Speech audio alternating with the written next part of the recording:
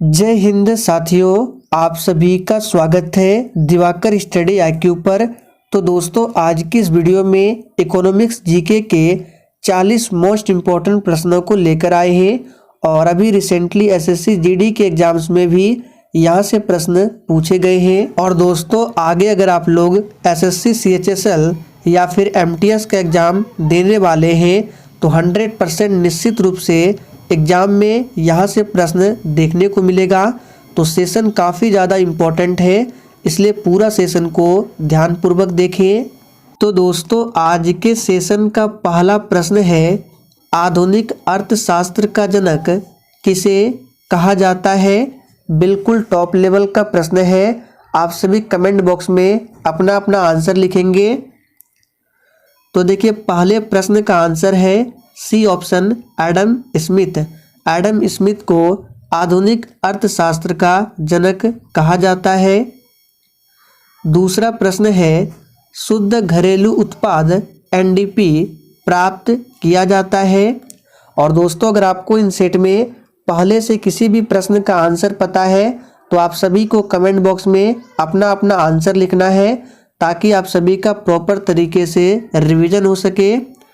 तो देखिए, शुद्ध घरेलू उत्पाद जिसको एनडीपी कहा जाता है, ये प्राप्त किया जाता है जीडीपी में। जब डेप्रिसिएशन को माइनस करेंगे तो एनडीपी प्राप्त होता है। वही हिंदी की बात करें तो सकल घरेलू उत्पाद, जिसको शॉर्ट में बोला जाता है जीडीपी, और जीडीपी का फुल फॉर्म होता है ग्रॉस डोमेस्टिक प्रोडक्ट। तो सकल घरेलू उत्पाद में जब मूल्य ह्रास को घटाएंगे तो क्या प्राप्त होगा, एनडीपी प्राप्त होगा। तो सही जवाब है सी ऑप्शन, उपर्युक्त दोनों। तीसरा प्रश्न है, मानव विकास रिपोर्ट, ह्यूमन डेवलपमेंट रिपोर्ट कौन सी संस्था जारी करती है। वेरी इंपॉर्टेंट प्रश्न है, इसको मार्क करके रखना। आने वाले एग्जाम में ये प्रश्न फिर से रिपीट होगा। तो बिल्कुल सही आंसर दिए हैं। मानव विकास रिपोर्ट जो है यूएनडीपी के द्वारा जारी किया जाता है। अब देखिए, यूएनडीपी से संबंधित कुछ प्रश्न बनते हैं, जैसे कि फुल फॉर्म पूछा जाएगा तो यूनाइटेड नेशंस डेवलपमेंट प्रोग्राम होता है। और हिंदी की बात करें तो संयुक्त राष्ट्र विकास कार्यक्रम होता है यूएनडीपी का हिंदी फुल फॉर्म। और इसकी स्थापना भी पूछा जाता है, तो 22 नवंबर 1965 को इसकी स्थापना होती है। और इसका हेड क्वार्टर कहाँ है, आप लोग कमेंट करके बताएंगे। देखते हैं कितने बच्चे आंसर दे पाते हैं। चौथा प्रश्न है, वृहद अर्थशास्त्र शब्द का प्रयोग किसने किया था। ये प्रश्न भी बहुत ही अच्छा है, चलिए आंसर बताएंगे। तो चौथे प्रश्न का आंसर है ए ऑप्शन, राग्नेर फ्रिस्क। वृहद अर्थशास्त्र, ये जो शब्द है इसका प्रयोग किया था राग्नेर फ्रिस्क ने। पांचवा प्रश्न है, एचडीआई किन 3 क्षेत्रों में विकास का मापक है। तो देखिए, काफ़ी ज़्यादा इम्पोर्टेंट प्रश्न है। इसका सही जवाब है स्वास्थ्य, शिक्षा और आमदनी। तो बी ऑप्शन आपका बिल्कुल सही जवाब है। अब देखिए, यहाँ पे एक शब्द है एचडीआई, तो एचडीआई का फुल फॉर्म पूछ सकता है, तो ह्यूमन डेवलपमेंट इंडेक्स, ये एचडीआई का फुल फॉर्म है। और हिंदी की बात करें तो मानव विकास सूचकांक होता है। छठा प्रश्न है, भारतीय बाजार का वॉचडॉग किसे कहा जाता है। वेरी वेरी इंपॉर्टेंट प्रश्न है, इसको भी मार्क करके रखना। चलिए आंसर बताएंगे। भारतीय बाजार का वॉचडॉग किसे कहा जाता है। तो बिल्कुल सही आंसर किए हैं, सेबी को कहा जाता है। अब देखिए, कुछ इंपॉर्टेंट पॉइंट को देखते हैं। सेबी का फुल फॉर्म क्या होता है, तो security and exchange board of India. Hindi की बात करें तो भारतीय प्रतिभूति और विनिमय बोर्ड होता है। इसकी स्थापना काफ़ी ज़्यादा इम्पोर्टेंट है, बार बार पूछा जाता है। तो 12 अप्रैल 1998 को सेबी की स्थापना होती है और इसका हेड क्वार्टर जो है मुंबई में है। सातवां प्रश्न है, विश्व में जीएसटी सर्वप्रथम किस देश में लागू हुआ था? ये प्रश्न भी बहुत ही अच्छा है। चलिए आंसर बताएंगे। तो देखिए दोस्तों, 7वें प्रश्न का आंसर है सी ऑप्शन। जीएसटी सर्वप्रथम फ्रांस देश में लागू हुआ था। फ्रांस की राजधानी कहाँ है? तो पेरिस है। देखिए दोस्तों, 101वां संविधान संशोधन करके जीएसटी को लागू किया गया था। तो आपसे पूछ सकता है कि जीएसटी कौन से संविधान संशोधन के तहत आया था? तो 101वां संविधान संशोधन। जीएसटी का फुल फॉर्म होता है goods and service tax, Hindi में वस्तु एवं सेवा कर। और भारत में जीएसटी कब लागू हुआ था? तो 1 जुलाई 2017 को भारत में जीएसटी लागू हुआ था। और एक प्रश्न बनता है कि जीएसटी किस प्रकार का कर है? तो याद रखिएगा, जीएसटी जो है ये अप्रत्यक्ष कर का उदाहरण है। तो काफ़ी बार ये प्रश्न एग्जाम में रिपीट हुआ है कि जीएसटी किस प्रकार का टैक्स है। तो याद रखिएगा, इनडायरेक्ट टैक्स है। नीति आयोग के उपाध्यक्ष की नियुक्ति कौन करता है? बहुत ही अच्छा प्रश्न है, आंसर बताएंगे। तो 8वें प्रश्न का आंसर है प्रधानमंत्री। देखिए, नीति आयोग के जो उपाध्यक्ष होते हैं, नियुक्ति कौन करता है? तो प्रधानमंत्री करते हैं। नीति आयोग की स्थापना कब होती है? ये भी पूछा जाता है। 1 जनवरी 2015 को नीति आयोग की स्थापना होती है। नीति आयोग के अध्यक्ष कौन होते हैं? तो खुद प्रधानमंत्री नीति आयोग के अध्यक्ष होते हैं। और देखिए दोस्तों, याद रखना है, नीति आयोग जो है यह एक गैर संवैधानिक निकाय संस्था है। तो आपसे पूछ सकता है कि नीति आयोग कैसी संस्था है? तो याद रखिएगा, गैर संवैधानिक निकाय संस्था है। अगला प्रश्न है, गांधीवादी अर्थव्यवस्था किस सिद्धांत पर आधारित थी? चलिए आंसर बताएंगे। और दोस्तों, डेली शाम 4 बजे इस चैनल पर टॉपिक वाइज जीके जीएस की क्लास चलती है। तो आप सभी टाइमिंग को ज़रूर ध्यान रखें और डेली आपको क्लास करना है। तो देखिए, इस प्रश्न का सही आंसर है सी ऑप्शन, ट्रस्टीशिप।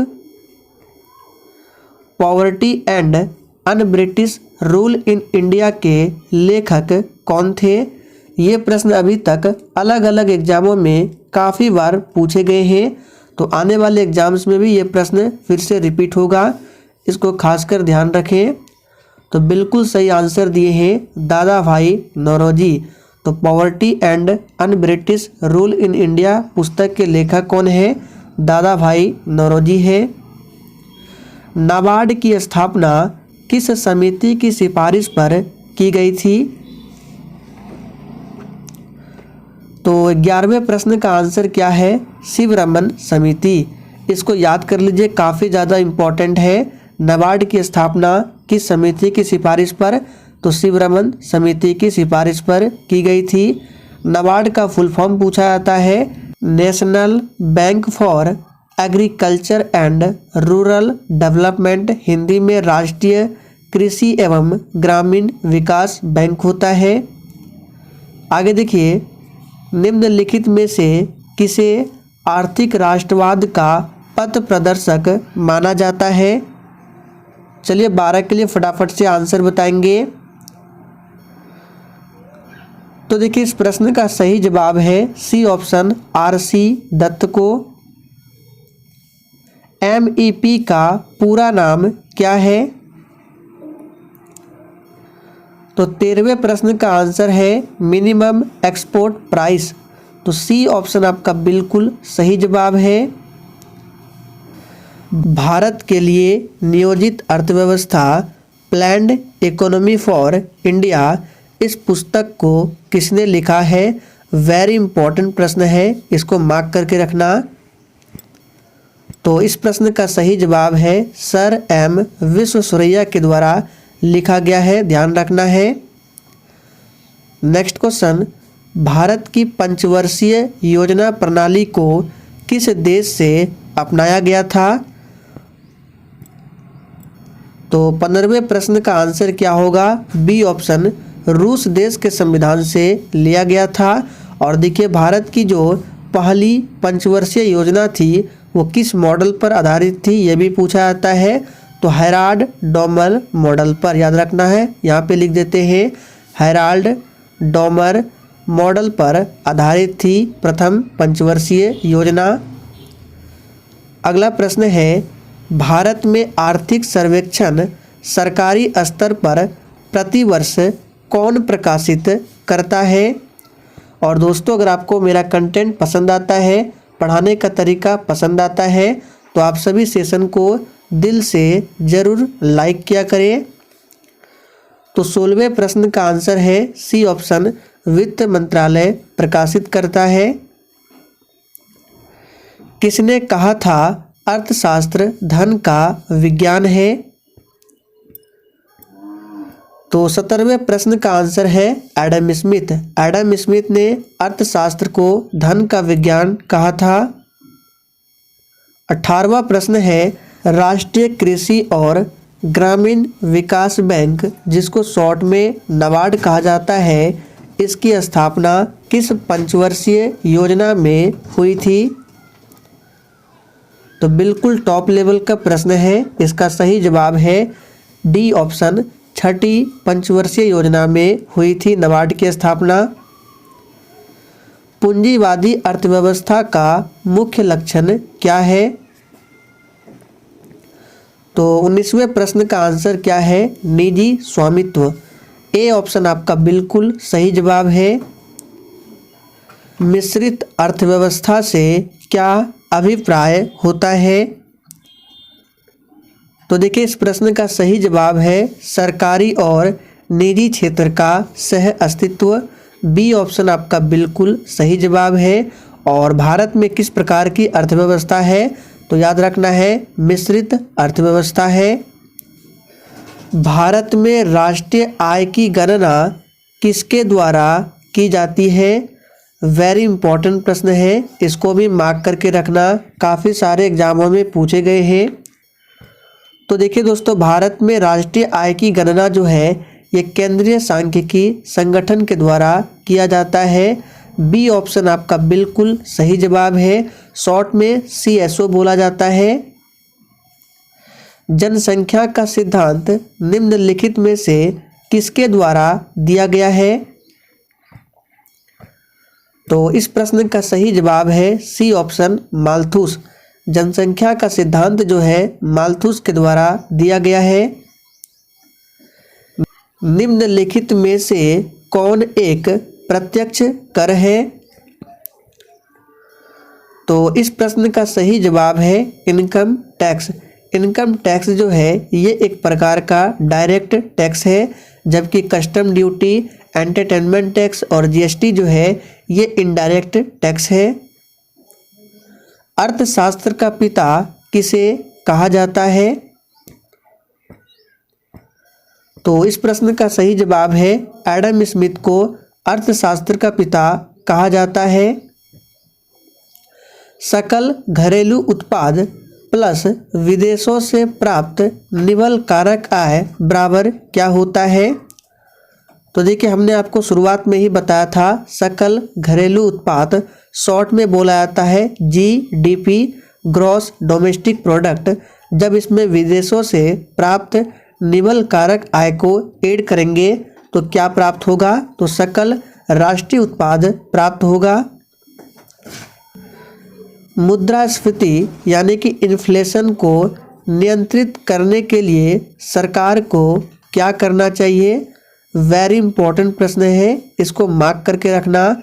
आने वाले एग्जाम्स में ये प्रश्न 100% छपेगा, तो इसको याद कर लीजिए। सही जवाब है रेपो रेट में क्या करना चाहिए, वृद्धि करना चाहिए।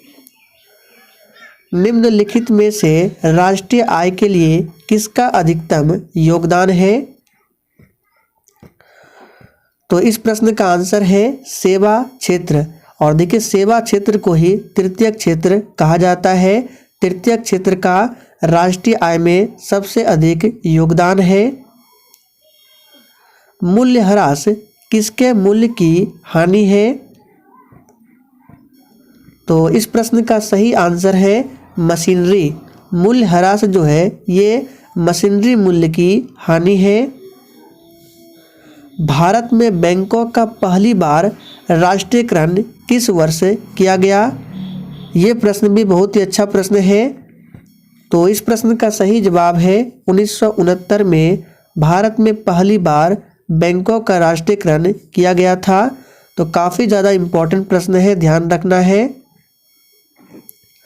वह कौन से भारतीय हैं जिन्होंने भारत में सर्वप्रथम प्रति व्यक्ति आय का आकलन किया था? तो आप लोग इमेज में देखकर इसका आंसर बता सकते हैं, दादा भाई नौरोजी। SEZ का पूरा नाम क्या है? देखिए, इस तरह के फुल फॉर्म एग्जाम में काफ़ी बार रिपीट होते हैं, तो ध्यान रखें। SEZ का पूरा नाम होता है स्पेशल इकोनॉमिक जोन। तो बी ऑप्शन आपका बिल्कुल सही जवाब है। विश्वव्यापी मंदी किस वर्ष हुई थी? बहुत ही अच्छा प्रश्न है, आंसर बताएंगे। तो देखिए दोस्तों, विश्वव्यापी मंदी जो है ये 1929 में हुई थी। तो सही आंसर है ए ऑप्शन। भारतीय स्टॉक बाजार का विनियमन और पर्यवेक्षण कौन करता है? तो देखिए, ये करता है सेबी। सी ऑप्शन आपका बिल्कुल सही जवाब है। बाजार अर्थव्यवस्था वह होती है जो, तो देखिए दोस्तों, बाजार अर्थव्यवस्था वह होती है जो क्या हो? सरकारी नियंत्रण से मुक्त हो। तो ए ऑप्शन आपका बिल्कुल सही जवाब है। महात्मा गांधी की राम राज्य की संकल्पना क्या थी? तो देखिए, इस प्रश्न का सही जवाब है बी ऑप्शन, राज्य विहीन समाज। यहाँ पे विहीन होगा। बंद अर्थव्यवस्था वह अर्थव्यवस्था है जिसमें क्या होता है?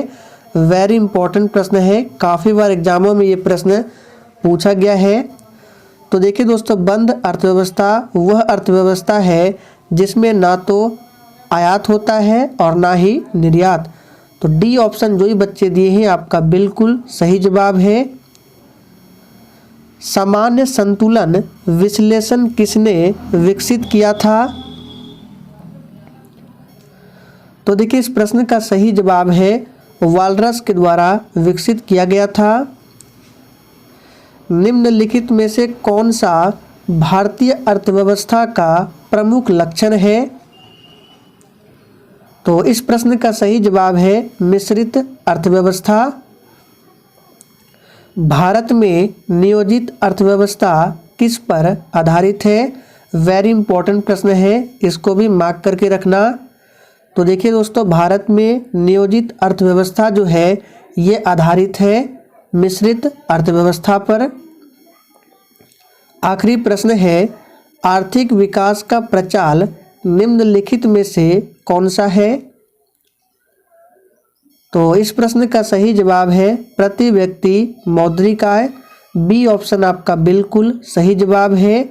तो दोस्तों, आज के लिए इतना ही। अगर आपको सेशन पसंद आया हो तो सभी लोग सेशन को दिल से लाइक करें, और आगे आपको किस टॉपिक पर वीडियो चाहिए आप लोग कमेंट करके बता सकते हैं।